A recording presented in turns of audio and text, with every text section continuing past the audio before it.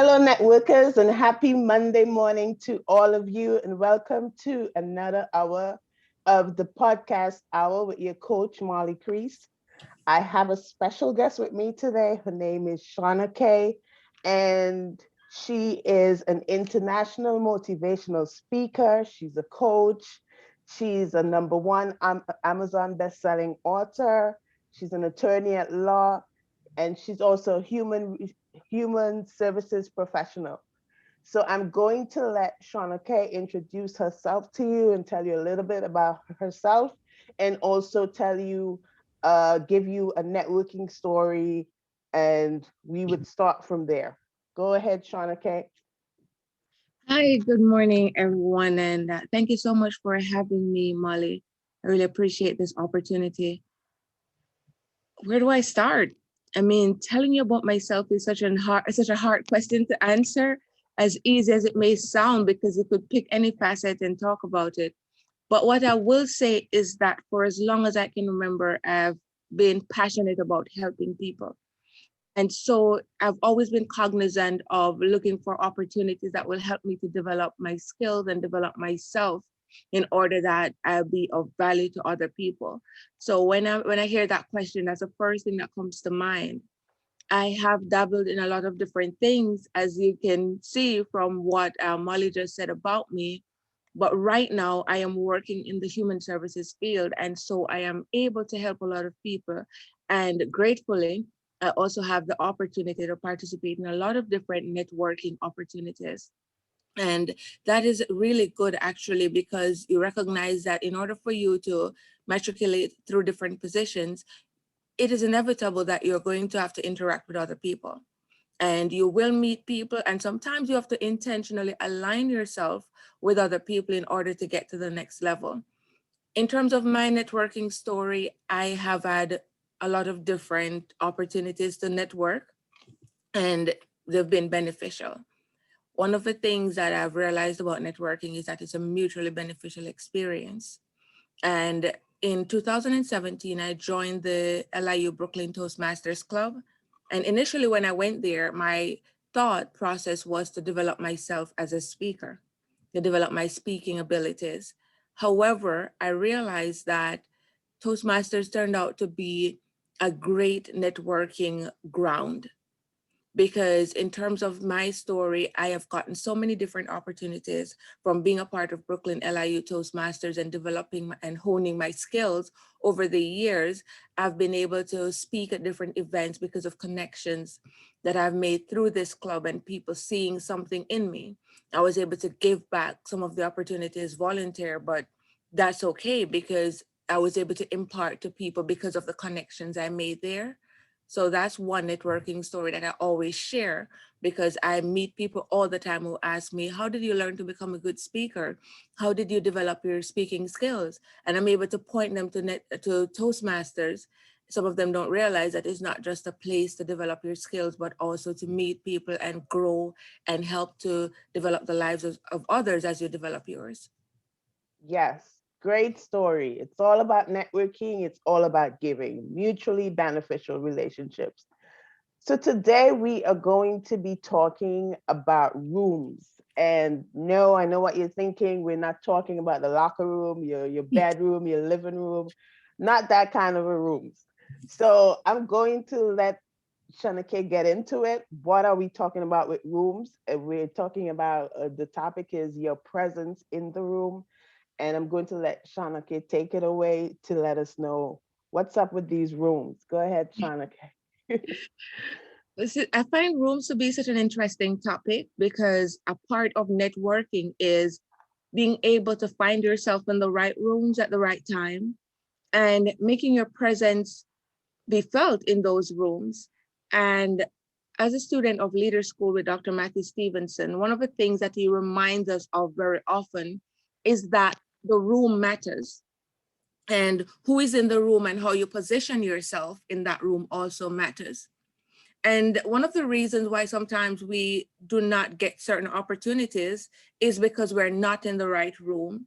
We're not around the right person. And by room, like Molly said, it's not the locker room or a room in your house, but finding yourself among the right people. or in the right circles in order for you to advance to different positions and get different opportunities. Now, Seneca says that success is where preparation meets opportunity. A part of our preparation process as we go through life and grow through different stages of our lives is being prepared. And a part of that preparation is aligning ourselves with like-minded people, aligning ourselves with people who are doing the things that we aspire to do, and aligning ourselves with people who are going somewhere and who are intentional about where they're going. And so this topic of room, it fascinates me because I am reminded that we have to be sensitive to opportunities and putting ourselves in certain places as we embark on this leadership journey.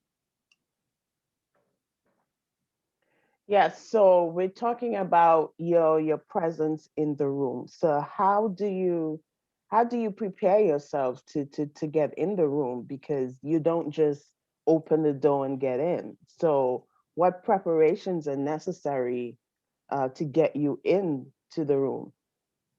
Oh, thank you for that question, Molly. That is something that I know a lot of people would be asking when they hear you talking about room. And preparation to get yourself in the right room spans a wide gamut of things. But one thing I will say is that a big part of it is education.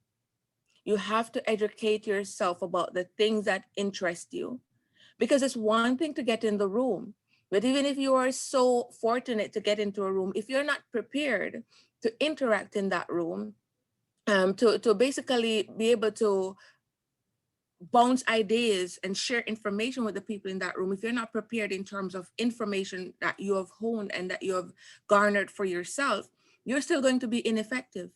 So what this is essentially saying, Molly, is that getting into the room is not enough. You have to be prepared to operate once you're in that space.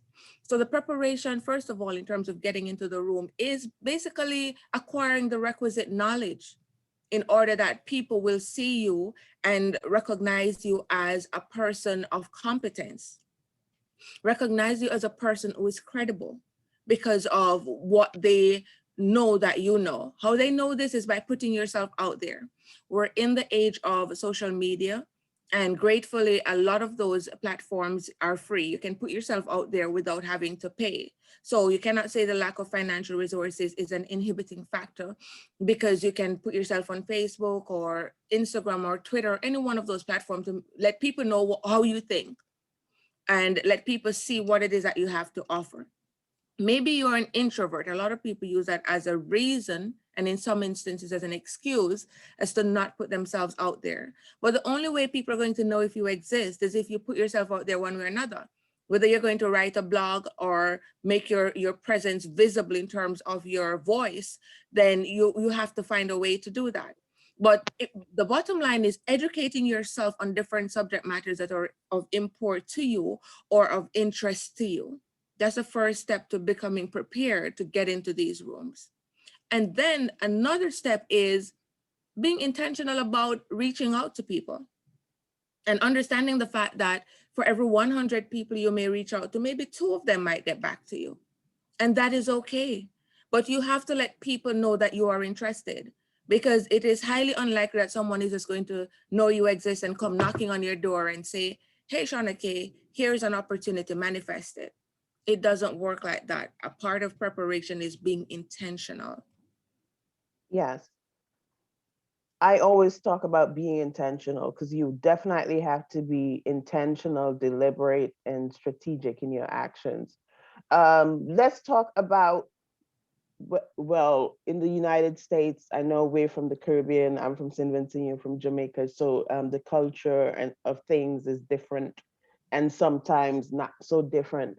But in the US, being a Black woman in the US and trying to get yourself in the room and to accomplish certain things can pose very difficult. So, what are some of the challenges that you've faced trying to get yourself in those rooms, and how did you overcome those challenges? Because I'm sure our listeners are saying it's easy for you to say it talking about getting in the room, but then there are so many hoops you have to jump through to actually get there? That's a very interesting question, Molly, because there are so many factors that a person can point to that would serve as a deterrent or as an inhibition to get to another level, to get into a room, since that's what we're talking about. And I must say that when I first came here, I had a very, I could say, negative purview of how things would play out. And one of the things that I was telling myself was that, one, these things are gonna work against me. They're strikes. I used to actually verbalize that these are strikes against me. I'm Black, I'm from the Caribbean, and I'm a woman. And there's that rhetoric that, Caribbean people come and take people's jobs, so people react to them a certain way. So I had that mindset. And I believe that there were times when I would knock on doors and they would be closed in my face. And I was not used to that.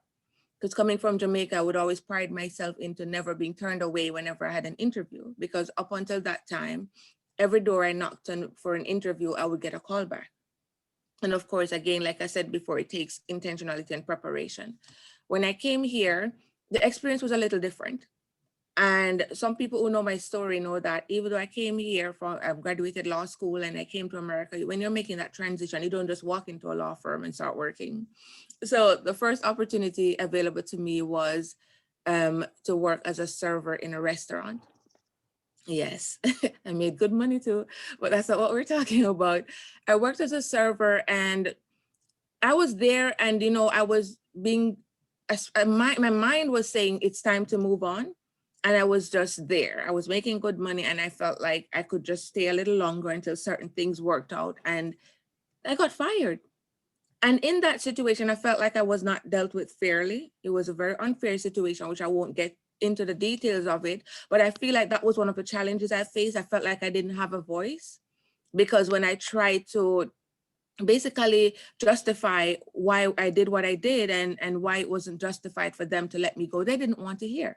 The argument was that I've already been told by the other person and I'm satisfied with that. And so I felt like the strikes against me were operating at that time. And that's why I was being turned away in this way.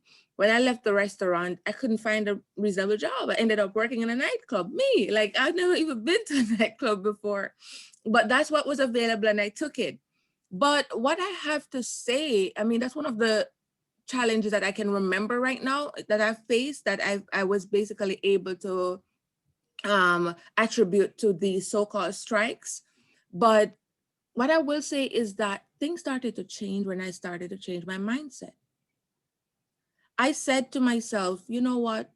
Are these things really strikes against me? Or is it a matter of perspective or perception? And if a door closes in my face, does that mean I should go sit down and say it's not going to work because one door closed? Even people who don't have these so-called strikes get doors closed in their faces every day. And so you have to develop a mindset of resilience and a mindset of, or an understanding that every no brings you closer to a yes. And so I had to intentionally change my mindset and said, I am Black, so they're going to want me because I am Black and not necessarily because of affirmative action. And I also had to say that I am a young Black woman. I'm a woman, and there are spaces for women in this day and age. And I had to say that I am from the Caribbean and I have a beautiful accent, and someone will be attracted just because of the accent and want to hear more. Because when I was working in the restaurant, so many people would ask me, where are you from? And I would tell them, and they would engage in conversation because they liked my accent. And this was, believe it or not, a form of networking. Because the job I have now, how I got into the organization was through someone I met in the restaurant, an older gentleman. He met me and he just always talked about how I presented myself. And whenever I served him, he would give me a good tip. And then he would just tell me every day, why are you here? He would ask me, why are you here? You need to get out. And one day he said, give me your resume. And I gave it to him and forgot about it. And 2 years later, after they let me go from the restaurant, and you go in the reservoir of your mind and you're trying to remember, what can I tap into? I remembered him, reached out to this gentleman, and this was set in motion. So the point I'm making is that even the very things that we perceive as strikes, you can change your mindset to view them different. And it doesn't mean that because you change your mindset, things are just going to magically change and doors will start opening. But your mindset has a lot to do with how you will show up. Because if you're confident and you're walking in the confidence of your Blackness, your womanhood, and your accent, then somebody somewhere will see it. In the Chinese language, crisis means opportunity. So we have to start thinking about those same things that we perceive as strikes as actual opportunities. And if they don't want to give you a seat at the table, well, make your own table. You get to invite who you want to invite when you do that. So you said a whole word right there, a lot of powerful things right there. I want to go back a little bit at you having to take that waitressing job, because I've gone through that space as well, where I came out of school with all my degrees and thought that I was going to automatically get in the room and have a seat at the table.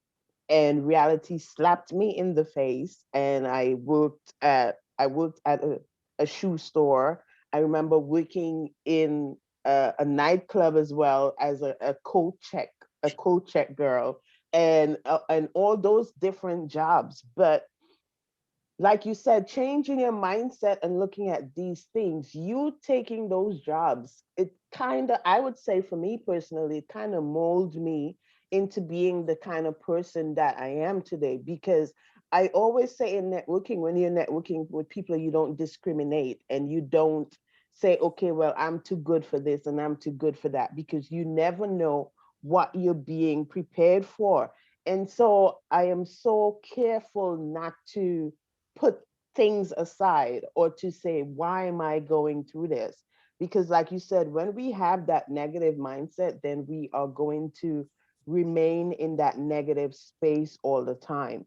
So let's dive a little deeper into that, because there might be a lot of people out there and my listeners who are saying, okay, well, I'm not working right now, or I had to take a pay cut, or I had to pivot, and the job I have now, it doesn't even match my qualifications and all that stuff. What would you say to these people? Because they're like, I should be at the table already. I should be in the room already. Why am I having to pick up crumbs before getting into the room? Well, Molly, you've said so much, and it's there's so many things I could say to such people, mainly because I have been in that situation. Even today, there are times when I come across people and they would say, Miss Brown, what are you doing here at the job where I work? And they would say, you should be in this place and you should be in that place. And you're always going to get that, especially when you're intentional about developing yourself and learning new things and acquiring new educational accolades. You're always going to feel as though you're either one step behind or premature, or no, sorry, you're behind in your career or your leadership journey. But one thing you cannot do is allow those things to deter you from continuing to develop yourself. And what you have to also understand as leaders is that introspection and self-assessment is mandatory. Every time you grow, for every time you reach another acme in your leadership journey, you have to constantly assess yourself. Is this where I want to be? Is this where I desire to be 5 years ago? What do I need to do to get to the next level? Who do I need to align myself with? And I believe that more often than not, people who are asking those questions, or people who are concerned about not being in the right rooms at this juncture in their life, if they were to do an honest assessment of where they are right now, they're not networking enough.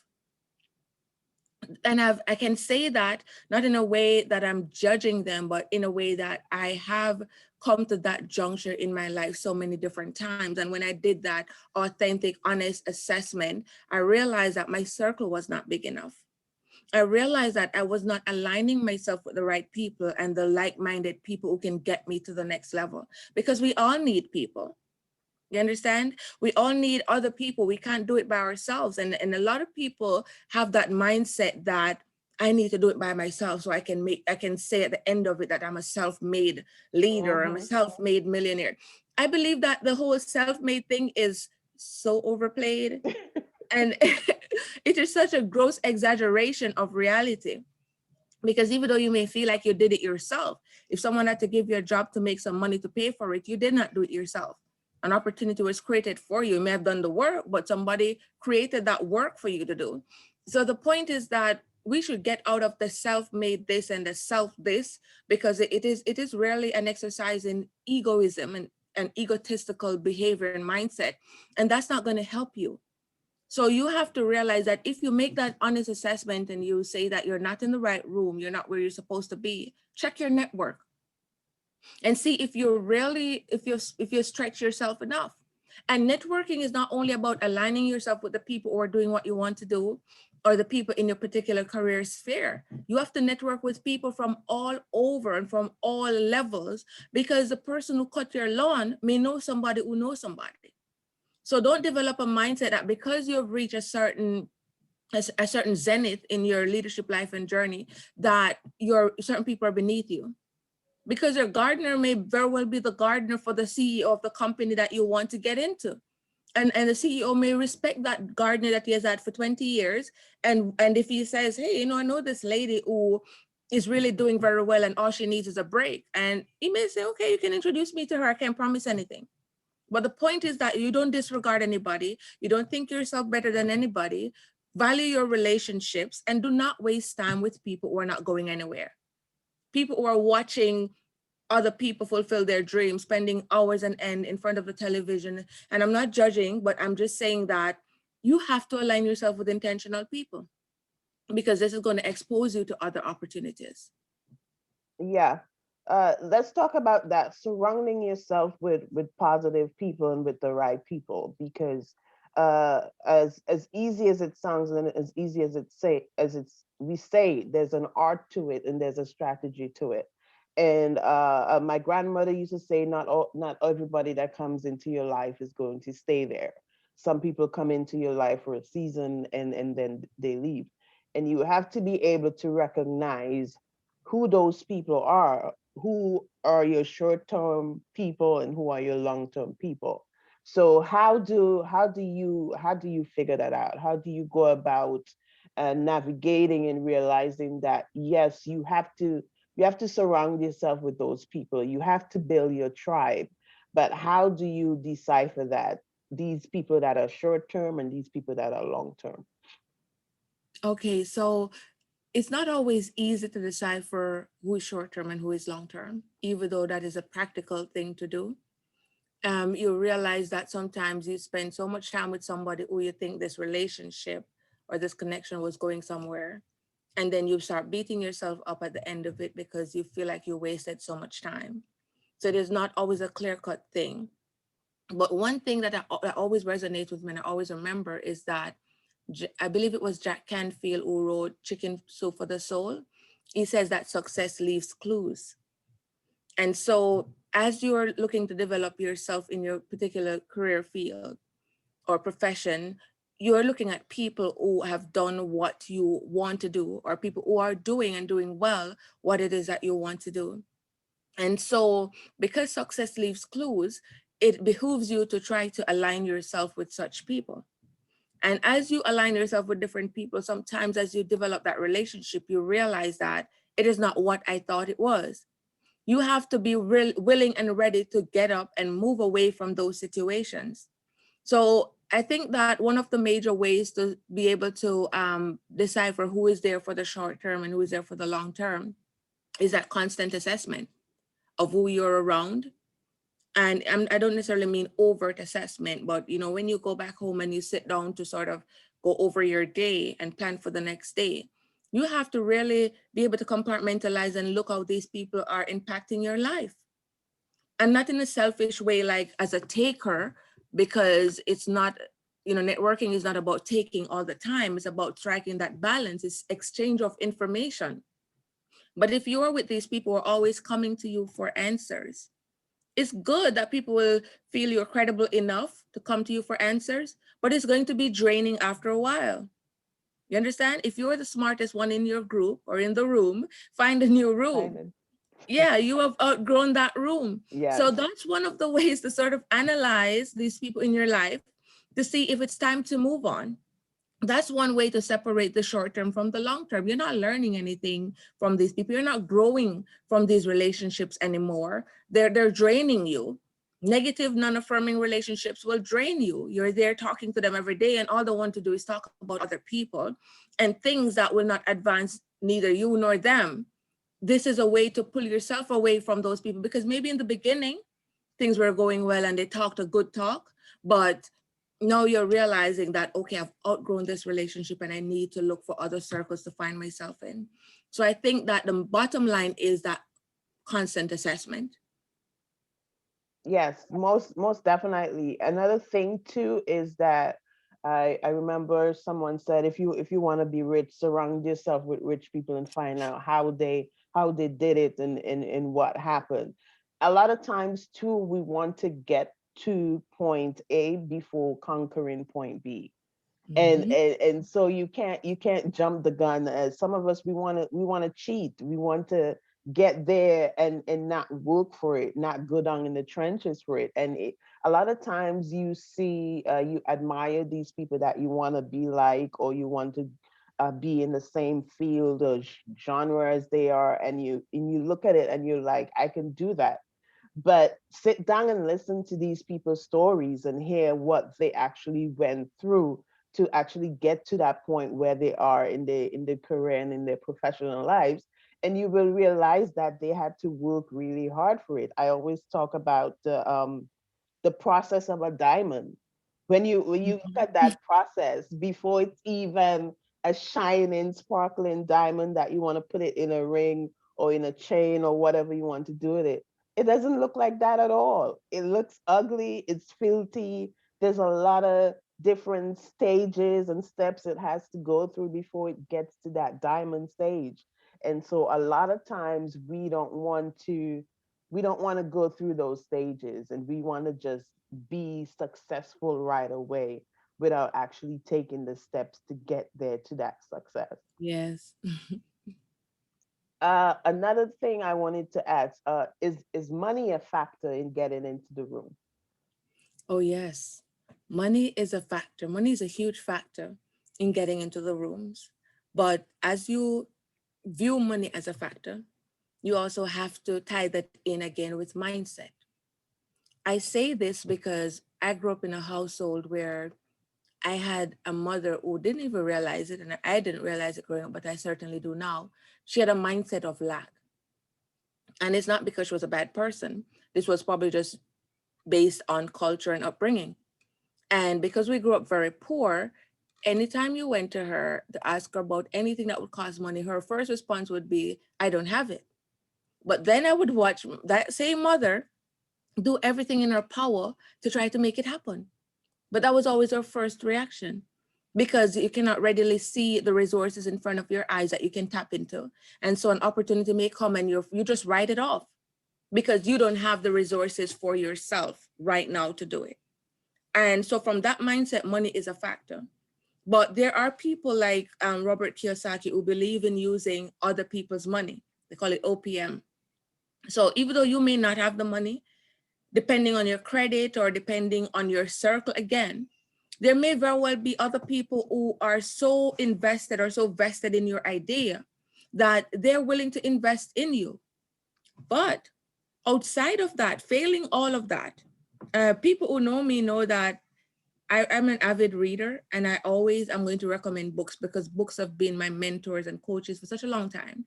And this is a less expensive way of sort of helping to build your information reservoir. And I said earlier that success leaves clues. A lot of these people who are successful in doing the things that you want to do, the things that you aspire to do, they have written their stories in books. And some of these books are actually step-by-step guides to do different things. And so you can start there, because as you expand your knowledge base, you're able to see resources that you can tap into that you probably did not know about before, because you were only assessing things just from how much money you have in the bank. You may realize that there are other ways to go about the thing that you're interested in that cost less than you thought. And so while money may be a real factor for some people, there are ways around that. And there are times when, because of the lack of the financial resources right now, it may take you a little longer. And that is why it is so important to not just see the glory of the person who is doing well and doing great things, but also following that story. Because a lot of times we may see someone who is doing what it is that you want to do, and you say, man, I wish I was like this person. I wish I was like Les Brown. I love Les Brown. He's a motivational speaker, and one of the speakers I've followed for a very long time. But if you listen to him, he tells his story over and over and over. First of all, it took him 14 years to even believe he could do it. So let's just start there before we even talk about money. Just even the belief and the conviction and the assurance that he could do it. So then after overcoming that barrier, that major barrier, then he had to face the fact that he was a poor guy who didn't have resources. But what he had was stern pertinacity and that resilience to keep going even when people were saying no. So again, it comes back to what we're talking about, Molly, networking. Having the right people in your circle. You may not have the resources, but because you've aligned yourself with the right people, they expose you to opportunities, or they may believe in your idea so much that they're willing to invest in you. So yeah, that is a very good point. So now you've done all the work, you've put yourself out there, you've taken the necessary steps to get your foot in the door, or to get in the room, so to speak. You're now in the room, but you're not at the table yet. You're in the corner. Maybe you're in the room and you're serving coffee, or you're the assistant to the big guy. How do you get from that step to actually being at the table and making those decisions with the best of the best and the biggest of the biggest? So while you're in the room, you're still not doing what you want to do in the room. But what should you be doing while you're in the room? Oh, that's so interesting that you should ask that. I love Dr. Matthew Stevenson. I reference him a lot, when I get these opportunities, because he has so much knowledge. And one of the things that he says is that you have to be willing to be a fly on the wall. You have to be willing to be that unnoticed observer in particular situations.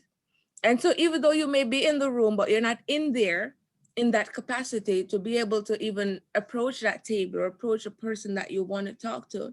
But sometimes just observing how they operate and observing who they're connected to may help you to eventually get in the room. So maybe that's not the day or the time to get in the room.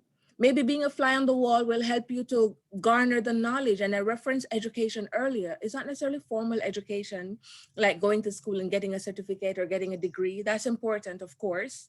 I would never scoff at that. I have those. But education in terms of learning things. Because one of the things that Dr. Matthew Stevenson says is that in your life, you're going to be in rooms forever. Because as we have been discussing, the rooms span a whole gamut. It could be intentional conference rooms, or rooms where you're learning workshops, things like that. Or it could just be you happen to be the waiter in the room where they're having a conference meeting, the dignitaries are. It's still an important room. And what he says is that in these rooms, either you're going to be making decisions, building relationships, understanding things, or learning things. So you at that time, you may be in that room to understand things, to be a fly on the wall and observe things.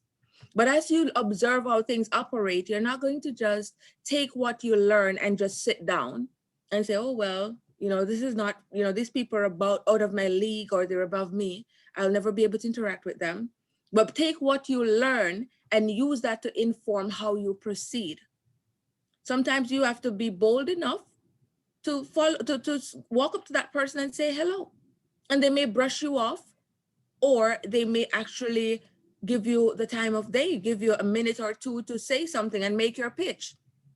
And so what I would say, one of the things is that you have to have a pitch ready. You have to have a pitch ready, whether it is an interview pitch, some people call it the elevator pitch. You have to have a pitch ready. Because like I said earlier, success is where preparation meets opportunity. So if you don't have a pitch ready, when that opportunity comes, you're going to be standing there with your mouth open and nothing coming out because you don't have a pitch. So I think that's a good place to start. Yes. And while you were talking, I wrote something down here. One does not discount the other. So you might be a waiter in the dignitary room, but you're not a dignitary at the table. I One does not discount the other, because then you have to realize that might not be the right room for you. You might be in the room to learn how to build your own room. Yes. And so many times we don't realize that. We focus on wanting to be in the room and be part of the room. And we don't realize that we're being set up so that we learn, so that we build our own room and affect Yes. change on our own end. So let's talk about that. Yes, that's so. I'm so glad that you raised that because it's so true. And because your desire is to be at the table, to be one of the dignitaries, it's like you can't see that there is a process behind that. And like you said, you're probably not in the room to be around that table at that particular time or ever. But it could be that it's an opportunity for you to learn to build your own table. And I remember one time, Les Brown talked about his mother, his adopted mother, working for these rich people in Miami. And he would go with her. And he said that he would go into the room where this man, his task was to help her. So he's supposed to be dusting and cleaning in this room. And he would just not do a good job. And the guy would scream and say, "You didn't do a good job," and come back and do it. And he would say, "Yes, sir," in a very humble way, and go back and do it. But what that gentleman didn't know was that those motivational tapes that he was listening to, Les Brown found them very fascinating. And so he felt like the more time he spent in the room was the more nuggets he could pick up. But he was just there to dust. This gentleman did not know that he was learning from the tapes that he was playing and was giving himself an excuse to be in the room. And so that waiter, I mean, business people have to eat too, but we're not talking about that because you're not trying to develop your skills as a great waiter per se. But you have to recognize the fact that sometimes you're placed in opportunities, like you said, Molly, just to learn and to grow. And we learn in different ways, whether we're invited to a space for a reason that we want to be there or for another reason. We have to recognize the opportunities to learn in these situations. Just like when you face adversity and you may say, "Why me?" You said that at the beginning, but why not you? You know, James Allen says adversity introduces a man to himself. So even when you face the adverse situations, you're understanding that this is an opportunity to learn and to grow. So even though you may not have a seat at the table, as you are learning, maybe you may be prompted or you may have the urge to go and research this guy that stands out to you because of what he's saying or how he showed up or how he's dressed. And then in doing your research and your sleuthing, you come upon information that, well, if he can do it, I can do it too. Because you realize that 20 years ago, he was in an even less fortunate situation than you're in right now. But the question is, are you willing to wait 20 years? Because a lot of people want what they want and they want it right now. But like you said, there is a process. Hmm. And a part of growth and networking and expanding is appreciating that you cannot avoid the process, you cannot avert the process. And even if you could, you have to be careful about that. Because if you try to avoid the process and you get into the room and you get to the table, you may not have anything to offer because you're not prepared. Exactly. So do not discount the process. It is so much more significant than the opportunity. Exactly. And another thing too is there might be different parts to that same destination. Because Yes. I remember going to LIU and joining the National Black MBA student chapter there, and I did not know I was being set up for anything. I just wanted to volunteer. I just wanted to give back knowledge and experience that I've learned myself, to give it onto other students so that they would not make the same mistakes I've made. So I started being a mentor. I started going every evening, every Friday evening, to the city, At that time, it was at AXA in Manhattan, and we would mentor the high school students and all that stuff. And as I was mentoring, I moved from being a team mentor to being a lead mentor.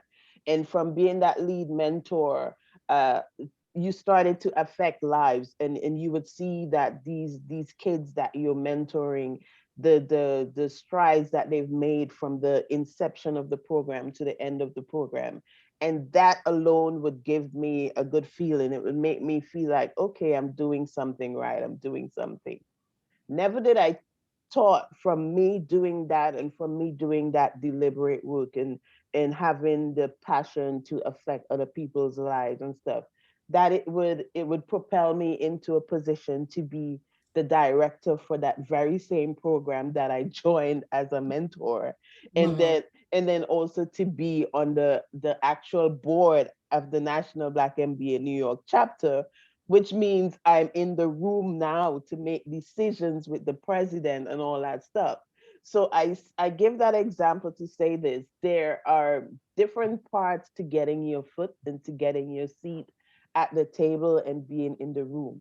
Sometimes you have to sometimes you have to volunteer, sometimes you have to do things that you might not want to do, or just be genuine in your actions, and people will see that potential, that leadership ability in you, and that alone will get you in the room without you even asking to be in the room.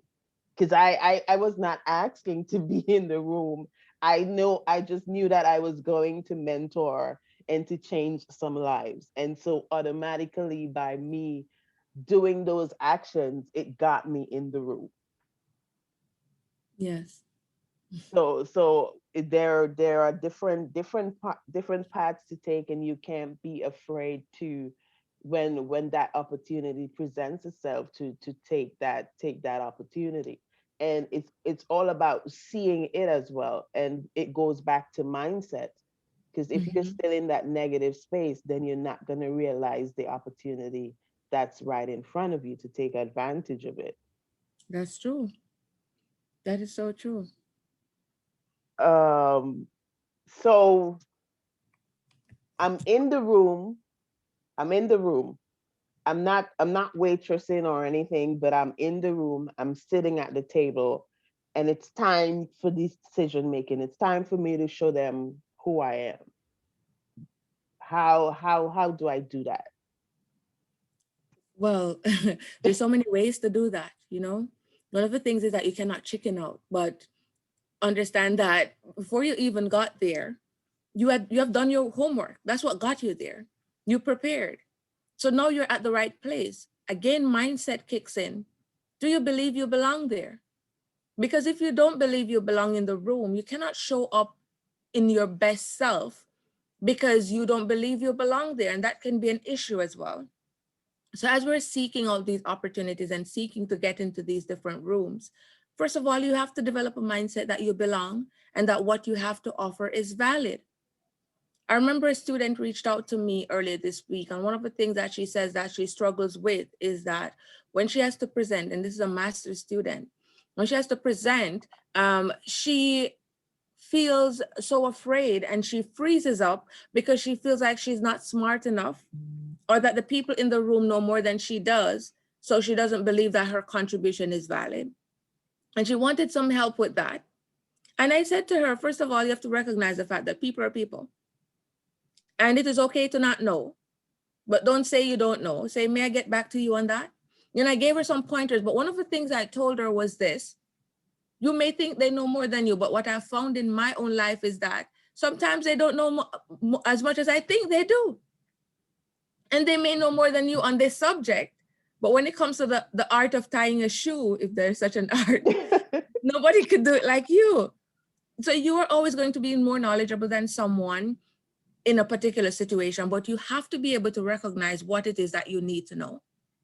And so, first of all, you get around that table. How do you show up? You ask me, you do your best. But what if after that, when you do your assessment, you feel like you didn't leave it all on the table? You cannot have regrets. You cannot spend time moping over what was, because that's in the past. But what are you going to do now to make sure that the next time you're in a room, you can show up in the way that will make you feel like you have left it all on the table? And there is a book by Bob Berg and John David Mann. It's called The Go Giver. And when I read that book many years ago, it changed my perspective about how I show up. Because a lot of us, we grow up in this Western society where we are taught to be go-getters. And it's not necessarily a bad thing. But, growing up, your parents say, go to school, Shauna, get an education, Yeah. get good grades so that you can get scholarships. I don't have any money. Get good opportunities, get, and you're taught how to get. So some people naturally morph into becoming takers. And you're always looking for opportunities in which you have an advantage, you can always get. But what are you giving? Mm-hmm. In the book, they talk about becoming a person of value and being intentional about giving value. If you're intentional about giving value all the time, then there is no way you're going to find yourself in that room at that table and not knowing what to do. Because your intention there is to give value and to believe wholeheartedly that the people who are there can receive value from you. Dr. Miles Monroe says, don't aim to become a person of interest or an interesting person. Aim to become a person of value, because when you're a person of value, people will pay to see you or hear you. People will pay for what you have to offer. You referenced the diamond earlier, and people will pay for diamond. Why? Because they consider it to be a valuable stone. Mm-hmm. So you have to be intentional about becoming a person of value so that when you find yourself in that room, you have one intention and one intention only: to give value. Whew. I feel like I was just in church, y'all. I hope everyone is getting I hope everyone is getting this message. This is so good. I'm thinking we might have to do part two to this because there is so many different facets to talk about. We talk about all the time about getting our seat at the table and being at the table and being in the table, even as a Black woman, being at the table. And you talk about it. Confidence in self is so important. Because if you show up confident and you show up valuable, the others around the table, they have no choice but to listen. They have no choice but to see that value in you. Even if deep down inside you're scared and you're clutching your pearls, you having that confidence is beyond, because they're gonna be like, oh, so she got this, huh? And you might even be the only Black woman at the table of white men. True. Show up and show out. Show them who you are, so they know that they have to respect this one Black woman at the table. And we're seeing that a lot now. That's going on now. We see a lot of women becoming CEOs. The first Black woman to be CEO of this and CEO of that. And I'm sure that they're in the room now and they're flexing their muscles because they're like, I am here and I am here to stay. And that's the confidence you have to go with when you finally have done all the work, and you've and for the Black community, whether it be a Black man or a Black woman, we have to work 10 times harder to get ourselves in the room and to get that respect of being in the room. So when we get there, it's important for us to uphold that value and that confidence, and maintain our stance in the room, because you're in the room, you're making decisions, but what about maintenance? Yes, that's a good question. What about maintenance? Because you could make all these big decisions, and when you leave the room, you may just feel drained because you know that you have to go back out there again and build up that same momentum to get into the next room because of maybe perception. But like you rightly said, confidence and assurance, not pridefulness, but confidence makes a big difference. You have to let people believe that you belong in that room. Because if you're timid, you could have a wealth of information. You could know more than all of them. But if you're timid, in their minds, that will be confirmation that you don't belong. So you have to believe that you belong in that room. But at the same time, and I know I reference Dr. Matthew Stevens a lot, but that's because he has so much to say on this topic of rooms. And I listen to him, and I believe wholeheartedly most of what he says. One of the things that he says is that you have to respect the room. You have to respect the room that you're in. So you might be going in there with this myopic purview that I am this one Black woman in this room of, or this sea of white men. And so this is the only issue that you're focusing on. But you still have to respect the room and respect the roles of the people in this room, respect the accomplishments of the other people in the room and the achievements of those who made it possible. Because if you're not careful, right, you may be thinking, I spend a lot of time developing myself to make sure that I am 10 times more qualified than these guys. And you're going in there with that negative mindset that even though I've done all of that, I know that they're going to look at me in a different way because I am Black and I'm a woman and all of that. If you're not careful, this mindset and this attitude will cause you to discredit and disregard what they have done.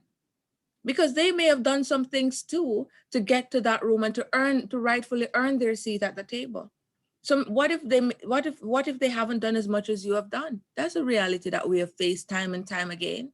But do not discredit what they have done and the steps that they have made. More importantly, do not discredit or disregard those people who made the room possible in the first place. Yeah. So sometimes you have to really think outside of that box that you have created and the reality of it, because I'm not saying it's not real, it is very real. I hear the complaints every day and the frustration of people in different minority groups feeling like they've done so much and still don't feel like they belong. But you have to start believing that you belong and then let them believe what you believe.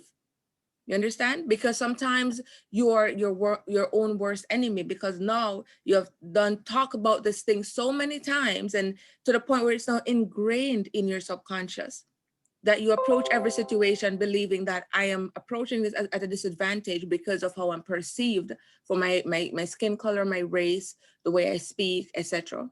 When you may well be in a room of white men who are looking forward to hearing from you. It's not always a case whereby because you work 10 times as hard, when you get into that room finally, it's just these men waiting to jump on you and say that you don't belong. It could be that they actually admire you for doing it and want to hear from you and glean from you. So I guess what I'm saying is don't have a fixed mindset about it, but have a growth mindset about it, because sometimes it is in these situations that you have to make that decision on the spot that, you know what, I'm going to stop trying to get around these tables. I'm going to step out there and I'm going to create my own table so I can invite who I want to that table. Such good advice. I have one final question as we come to the end of this podcast. Uh, is it your responsibility to bring others to the room with you?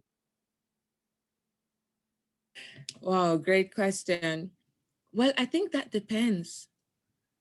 You asked me if it's your responsibility to bring others to the room with you.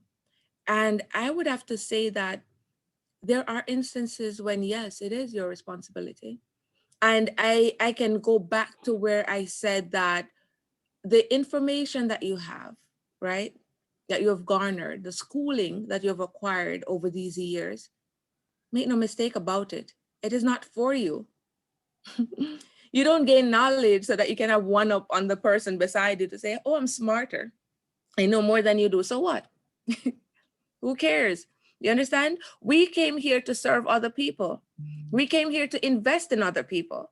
And so once you realize that, then you will also recognize that sometimes when you get invited to rooms, it is not enough that you are there, but sometimes you have to mobilize a cohort of people and take them with you so that they can either, one, be there to support you. Because sometimes you don't need support in these rooms of vultures or people who are ready to pounce on you. Mm-hmm. Or two, so that they can benefit from what you're benefiting from, because a room allows for you to take other people in there. Or three, you take other people in the room with you because you want to show that you're not selfish. You're not just taking everything that is there for yourself, but you want other people to get an opportunity or to see how these rooms operate. But then the other side of it is that when you're answering the question of whether or not it's your responsibility to take other people in the room, sometimes the room doesn't allow for other people. You understand? So maybe you cannot physically take other people in the room, but there are other ways to take them in the room. by gleaning as much as you can from those rooms, from those situations, from those learning opportunities, and then taking that back to those people and sharing it with them. That's another way for taking them in the room without physically taking them there. The bottom line is, if your mindset is always to add value and to help other people to develop themselves, then you will find innovative ways to take other people in the room with you, even when it's only you alone who can physically be in those spaces. Ah, there you have it, everyone. My networkers out there, there you have it. Your presence in the room. Uh, do you have any final words, Shauna-Kaye, for our networkers that are listening? One final advice to give to them. One final advice that I can give is really, I would say, to reinforce something that we have said before, and that is recognizing the fact that you can learn in every space and you can learn in every room. So it may not be the ideal room that you aspire to be in, but do not be so myopic in your view and your vision that you discount certain situations because you don't see them as learning opportunities or spheres in which you can learn. Open your mind to understanding that you are able to learn in every room and in every space, and that you should not readily discount or discredit something because it does not look like the aspiration that you have. Great, great advice. Great advice. I want to thank Miss Shauna-Kaye Brown today for taking the time to talk to us about rooms. It was such an insightful and informative conversation. And we will definitely have her back again. You worry. Um, I just want to end as we always end with a quote. And my quote today is from Michelle Obama. And she says, success isn't about how much money you make, it's about the difference you make in people's lives. So Wow. let's go about with a focus of creating an impact and making a difference in people's lives, because when you make a difference in someone's life, that is way better than money. So let's remember that. Remember, if you love this podcast, if you like listening to this podcast, to support this podcast, give a monthly monetary donation of supporting this podcast. I will be putting Shauna-Kaye's information in the podcast notes. So if you want to contact her, if you want to talk to her, or if you even want to solicit her services, all of her information will be in the podcast notes. I want to thank everyone for listening today and hope you have a very productive and wonderful Monday and have a wonderful week. Thank you so much, and we will talk to you next time. Thank you.